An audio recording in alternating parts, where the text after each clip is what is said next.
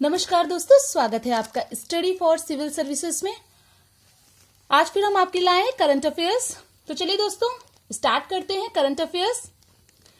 EPFO ने पैसे वापस लेने के लिए एक पेज का समग्र दावा पेश किया है। दोस्तों कर्मचारी भविष्य निधि संगठन यानी ईपीएफओ का मतलब है कर्मचारी भविष्य निधि संगठन। ईपीएफओ ने 21 फरवरी 2017 को एक खास फॉर्म जारी किया जिसका इस्तेमाल करके कई तरह की निकासी की जा सकती है। इस फॉर्म का इस्तेमाल करके सभी पीएफ धारक सिर्फ एक फॉर्म भरकर ही अपने खाते से कई तरह की निकासी कर सकते हैं, जिसके लिए अभी तक दोस्तों अलग अलग फॉर्म लगा करते थे। इसकी मदद से अब पीएफ धारक जो हैं वो कर्ज आदि लेने के लिए शादी का कार्ड जैसे दस्तावेज लगाने की जरूरत उन्हें नहीं होगी। उपभोक्ताओं को सुविधा में ध्यान रखते हुए ईपीएफओ की तरफ से ये कॉमन फॉर्म निकाला गया। इसे एक पेज के फॉर्म को समग्र दावा पत्र यानी single page composite claim form नाम दिया गया है। इस फॉर्म को सबमिट करने के लिए नियोक्ता से अटैच करने की जरूरत नहीं है।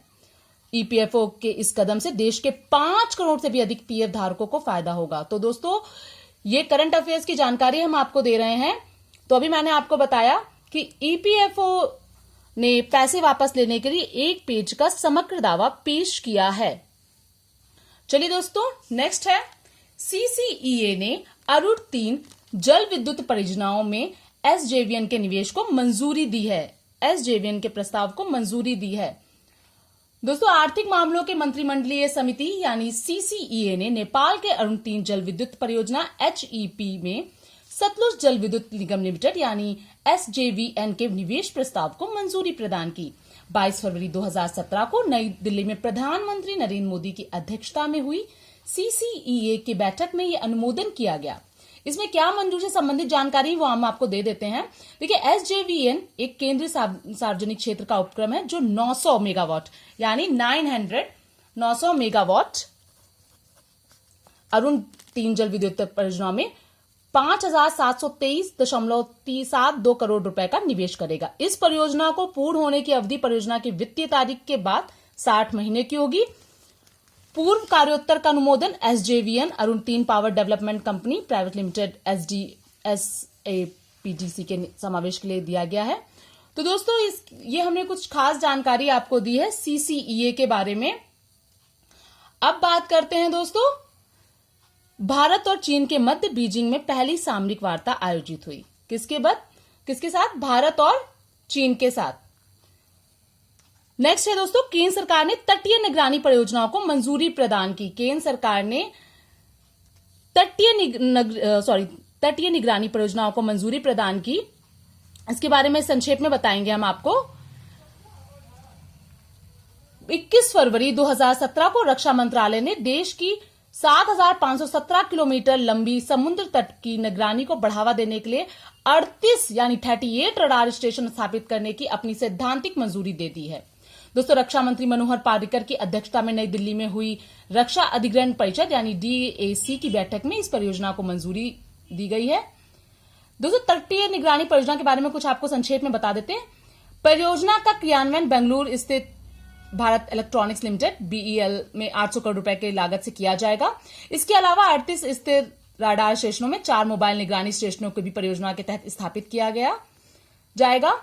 इन निगरानी स्टेशनों के कक्ष के रण और खंबाट में स्थित पोत यातायात प्रबंधन प्रणाली वीटीएमएस के साथ जोड़ा जाएगा।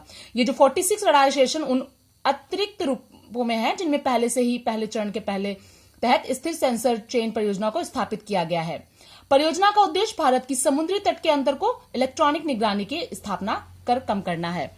दोस्तों हम बता रहे थे आपको केंद्र सरकार ने तटीय निगरानी परियोजना को मंजूरी दी।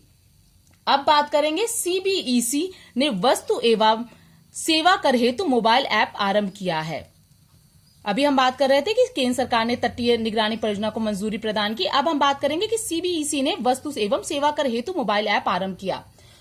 दोस्तों केंद्रीय उत्पाद एवं सीमा शुल्क बोर्ड यानी सीबीईसी, देखिए सीबीईसी का फुल फॉर्म है केंद्रीय उत्पाद एवं सीमा शुल्क बोर्ड। दोस्तों ये जो वीडियो है खास तौर से हिंदी मीडियम स्टूडेंट्स के लिए है।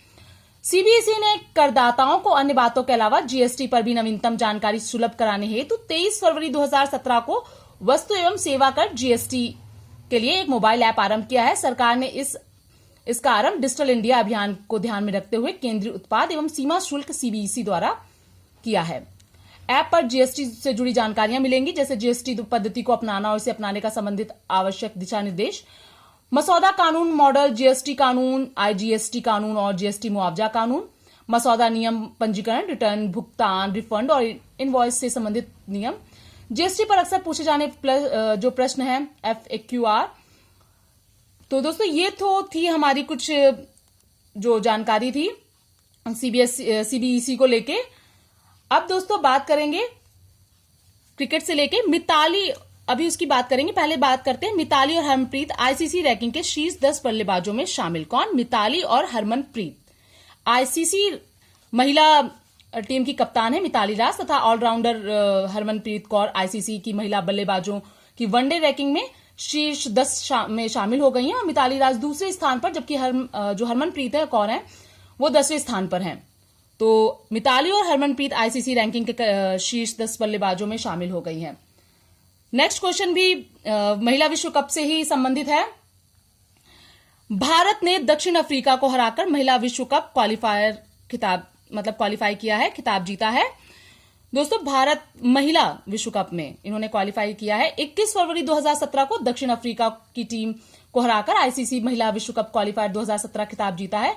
कोलंबो में खेले गए इस मैच में विषम परिस्थितियों में भी भारतीय टीम ने धैर्य दिखाते हुए जीत हासिल की है। तो ये थी न्यूज क्रिकेट से संबंधित।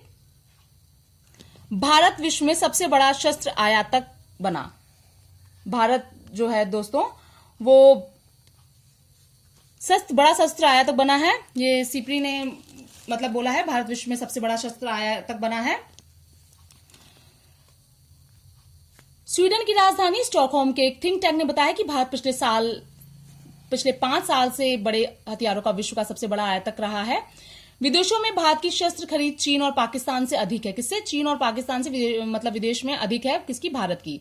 Stockholm international peace research institute यानी सीप्री की ताजा रिपोर्ट के मुताबिक वर्ष 2012 से वर्ष 2016 के बीच विश्व के कुल सशस्त्र आयात में भारत की हिस्सेदारी 13% रही, जो सभी देशों में सर्वाधिक है।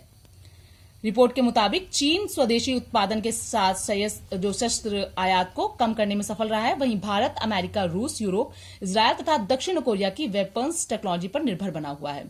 इस संगठन का यह भी कहना है कि भारत वर्ष 2012 से वर्ष 2016 में बड़े हथियारों का विश्व का सबसे बड़ा आयातक था और विश्व के कुल आयात में 13% यानी 13% हिस्सेदारी उसकी रही है। फिर है रेल मंत्री ने अंत्योदय एक्सप्रेस के डिब्बे राष्ट्र को समर्पित किए। सुरेश प्रभु जो कि रेल मंत्री हैं, रेल मंत्री ने अंत्योदय एक्सप्रेस के डिब्बे राष्ट्र को समर्पित किए हैं। भारत विश्व कप में दोस्तों देखिए, हमने आपको ये बताया कि भारत विश्व में सबसे बड़ा शस्त्र आयातक बना। अब देखिए नेक्स्ट है, रेल मंत्री सुरेश प्रभाकर प्रभु ने 22 फरवरी 2017 को दिल्ली के सफदरगंज स्टेशन पर अंत्योदय एक्सप्रेस के डिब्बे राष्ट्र को समर्पित किए हैं। रेलवे बोर्ड के चेयरमैन AK मित्तल इस अवसर पर मौजूद थे। रेलगाड़ियों में यात्री सुविधाओं के स्तर में सुधार करने हेतु लगातार प्रयासों और एक मजबूत ब्रांड का सृजन करने के लिए रेल मंत्री सुरेश प्रभु ने रेल बजट भाषण 2016 और 2017 में घोषणा की थी।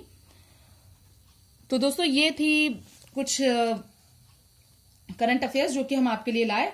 अब दोस्तों भारत अमेरिकी प्रतिभूतियों में 12वां सबसे बड़ा निवेशक बना है। किसमें? भारत अमेरिकी प्रतिभूतियों में 12वां सबसे बड़ा निवेशक बना है। आइए जानते हैं इसके बारे में थोड़ा संक्षेप में। दोस्तों भारत अमेरिकी सरकार की प्रतिभूतियों में निवेश करने वाला 12वां सबसे बड़ा निवेशक देश बनकर उभरा है। अमेरिका की इस सरकारी प्रतिभूतियों में बीते साल के आखिर में भारत का निवेश 118.2 अरब डॉलर था।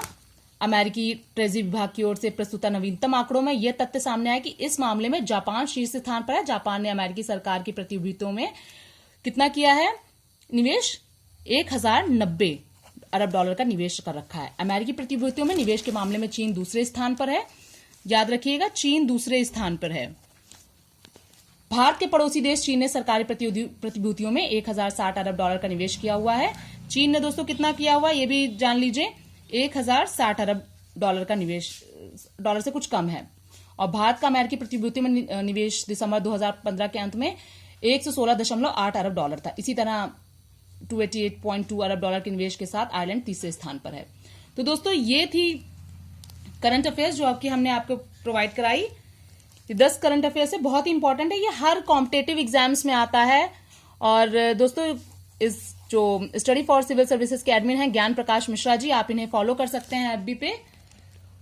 दूसरी चीज है, अगर आप इनसे कोई भी अभी मेगा क्विज होने वाली है 28 तारीख को, 28 फरवरी को मेगा क्विज होने वाली है, इसमें आप पार्टिसिपेट कर सकते हैं और अपना जो आपका कोर्स है वो आप फ्री में जीत सकते हैं।